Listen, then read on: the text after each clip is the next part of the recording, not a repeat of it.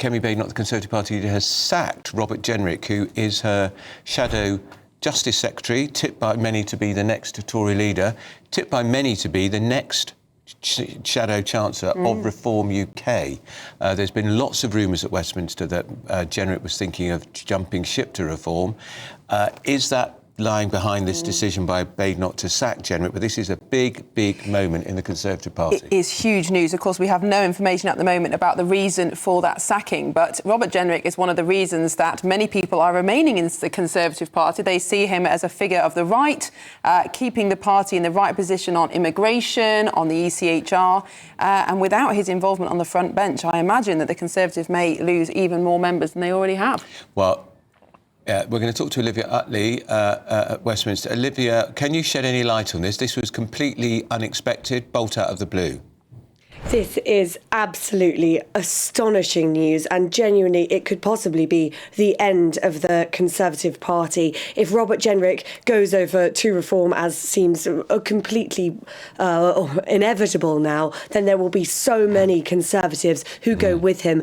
Kemi Badenoch has tweeted out, "I have sacked Robert Jenrick from the Shadow Cabinet, removed the whip and suspended his party membership with immediate effect. I was presented with clear, irrefutable evidence that he was plotting in secret to defect in a way designed to be as damaging as possible to his Shadow Cabinet colleagues and the wider Conservative Party. The British public are tired of political psychodrama, and so am I. They saw too much of it in the last government. They're seeing too much of it in this government. I will not repeat those mistakes." Now, this is an incredibly bold statement from the leader of the Conservative Party. There have been rumours in Westminster for a long time now that Robert Jenrick was about to defect to Reform. Reform themselves have been very keen to spread those rumours.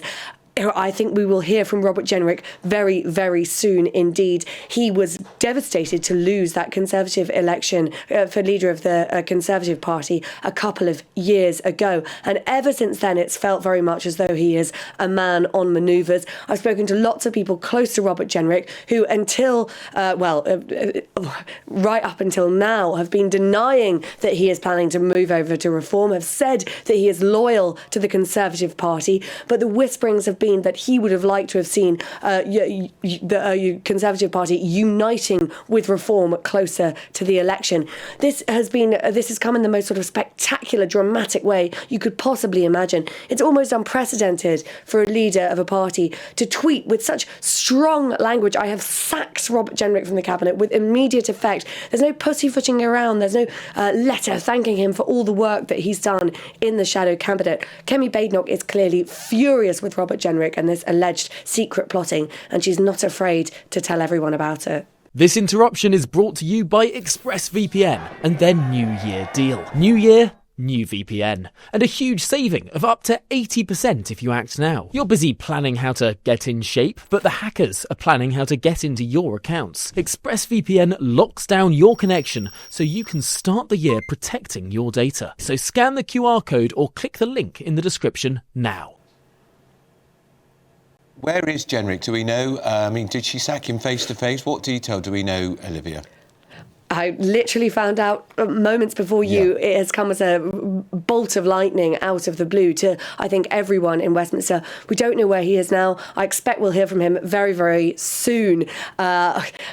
Perhaps it's come as a surprise to him as well. It sounds as though the fact that he was plotting behind the scenes, as Kemi Badenoch alleges, sort of came out into the open, was leaked to Kemi Badenoch in some way before Robert Jenrick was planning to make his move, if you like. So perhaps this has come as a surprise to him as well. But I'm sure one way or another we will hear from him soon, and I will definitely bring you as many updates as I possibly can throughout the day. Now, Olivia, of course, Kemi Badenoch cannot stop Robert Jenrick from leaving the Conservative Party, but I imagine she has attempted to steal his thunder slightly here by sacking him before he moves. But nevertheless, if he does go on to move to Reform, if she's correct that the evidence is true, this is a massive loss for the Conservative Party, whether or not he's sacked or moves first. Well, exactly. It is a huge, huge blow to the Conservative Party. For many people in the Conservative Party who were minded to move to Reform, Robert Jenrick was the one person standing in the way of that move. They saw him as the man who was really, really tough on immigration. As well as that, he's a very strong social media performer. He's really active active on X. He does these videos at train stations trying to stop people getting through barriers. It's all the kind of things which really appeal to Reform voters. And there were lots of people who remaining Conservatives purely because of Robert Jenrick. If he does indeed go to Reform, as is now widely anticipated, I think we can see a lot of movement away from the Conservatives and towards Reform. OK, Olivia, we'll come back to you. We've got Mrs Badenoch has made this announcement in a short video, which we can share with you now.